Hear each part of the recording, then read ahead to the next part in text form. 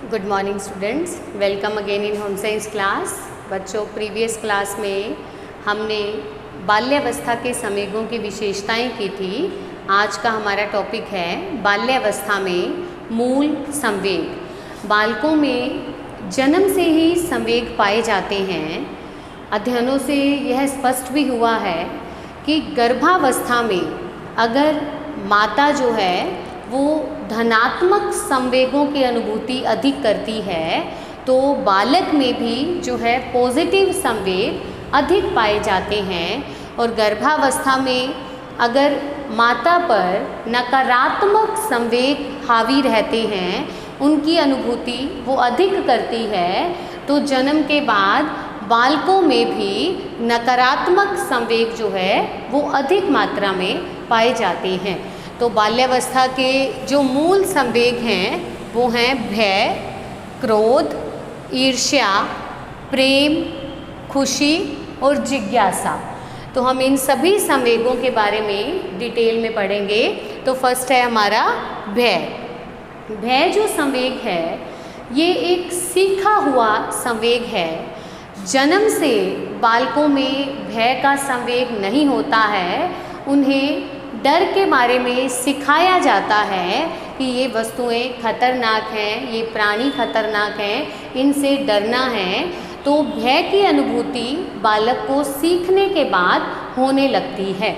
यह एक ऐसा संवेग है जिसमें बालक जो है रोने लग जाता है, चिल्लाने लग जाता है, उसका जो है शरीर की स्थिति जो है वो बिगड़ने लग जाती है, या यूँ कहें उसका रक्तचाप भी बढ़ सकता है, तो बालक कांपने लग जाता है। तो ऐसे रिएक्शंस जो है बालक भय की कंडीशन में दिखाता है। भय का जो संवेग है वो 6 वर्ष की आयु में चरम सीमा पर होता है। 6 वर्ष की आयु का बालक जो है वो सबसे अधिक डरने लग जाता है, क्योंकि इस समय उसको समझ आने लग जाती है कि उसके साथी समूह उसको बताने लग जाते हैं कि भूत प्रेत होते हैं, कीड़े मकोड़े खा जाते हैं, गिरेंगे तो चोट लग जाएगी।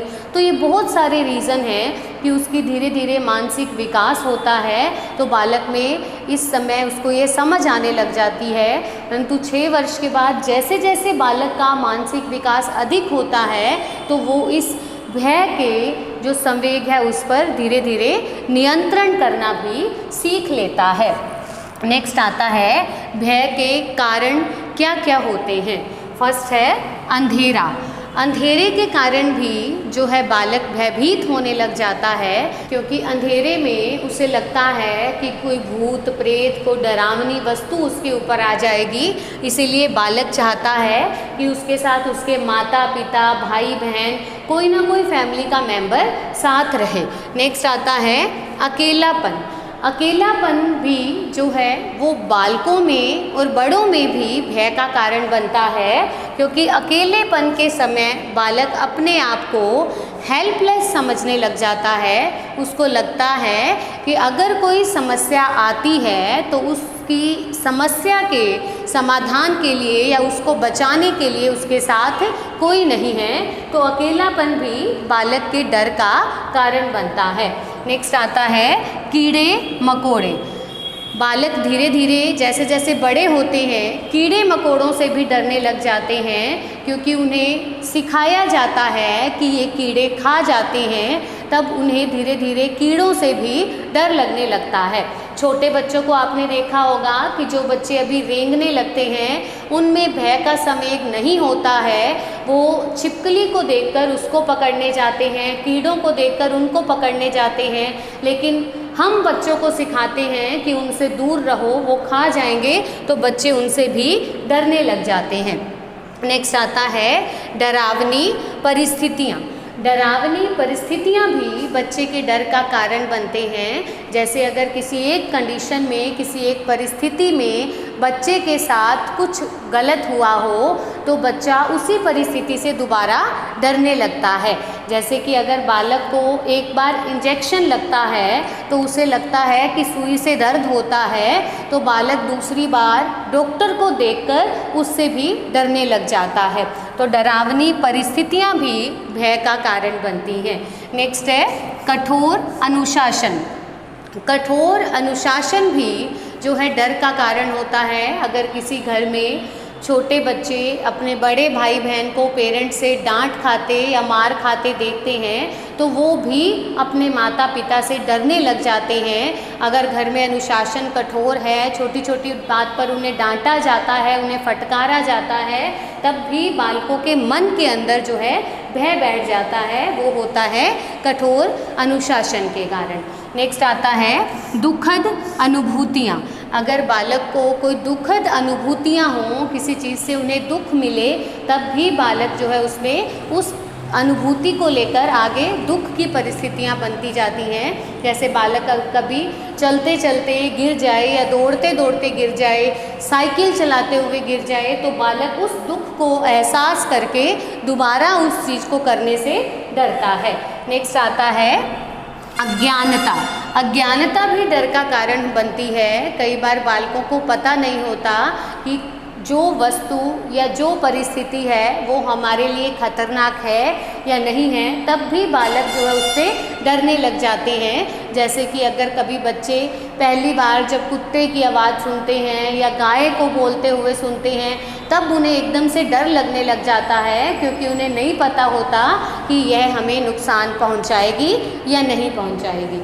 नेक्स्ट है बुरे सपने देखना।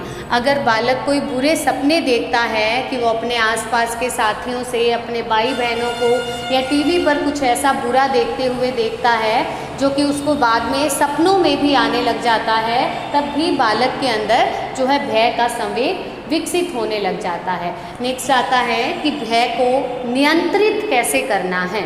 भय का कारण चाहे कुछ भी हो, लेकिन भय पर नियंत्रण पाना अत्यंत आवश्यक है, क्योंकि इससे बालक का कॉन्फिडेंस लूज होता है। तो भय पर नियंत्रण पाने के लिए सबसे पहले बालक को साहसिक कहानियाँ सुनाई जाएं, कुछ ऐसे व्यक्तियों की कहानियाँ सुनाई जाएं, ऐसे रोल मॉडल उनके सामने पेश किए जाएं जिनमें बहुत अधिक हिम्मत हो, बहुत अधिक साहस हो, तो बालक उनसे बहुत कुछ गेन करता है, उनसे सीखने की कोशिश करता है। नेक्स्ट आता है नई परिस्थितियों से परिचय करवाकर। बालक जिन अनजान परिस्थितियों के कारण डरता है, उन परिस्थितियों के बालक को उन परिस्थितियों से सामना करवाकर उनके सामने ले जाकर बालक को उन परिस्थितियों से डरने से दूर किया जा सकता है। जैसे बालक अगर कुत्ते की आवाज़ से या गाय की आवाज़ से या घोड़े की आवाज़ से डरता है, तो उन्हें उनके सामने ले जाकर उन्हें दिखाकर कि आपको कोई नुकसान नहीं पहुंचाते, बालक के इस डर को दूर किया जा सकता है। नेक्स्ट आता है सहानुभूति। डरने पर बालक को डांटा फटकारा ना जाए, बल्कि उनसे सहानुभूतिपूर्ण व्यवहार किया जाए, उन्हें प्यार से समझाया जाए, उनके अंदर आत्मविश्वास मनोबल को प्रबल किया जाए, तब बालक में भय का संवेग दूर हो जाता है। नेक्स्ट आता है मित्रतापूर्ण व्यवहार। बालक के साथ हमेशा मित्रतापूर्ण व्यवहार करना चाहिए, ताकि बालक जो है अपनी प्रत्येक समस्या को, प्रत्येक बात को अपने माता पिता के साथ, अपने बड़े भाई बहनों के साथ शेयर करे, उन्हें बताए, तब भी बालक के मन से जो है भय का संवेग दूर हो जाता है। नेक्स्ट है भयानक परिस्थितियों से संघर्ष।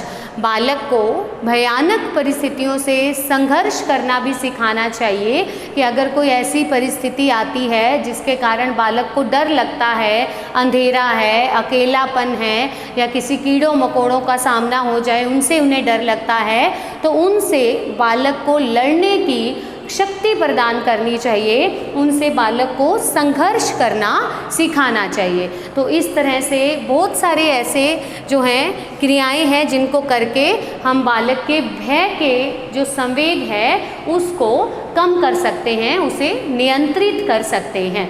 तो नेक्स्ट क्लास में हम अगला संवेग क्रोध के बारे में करेंगे। Thank you.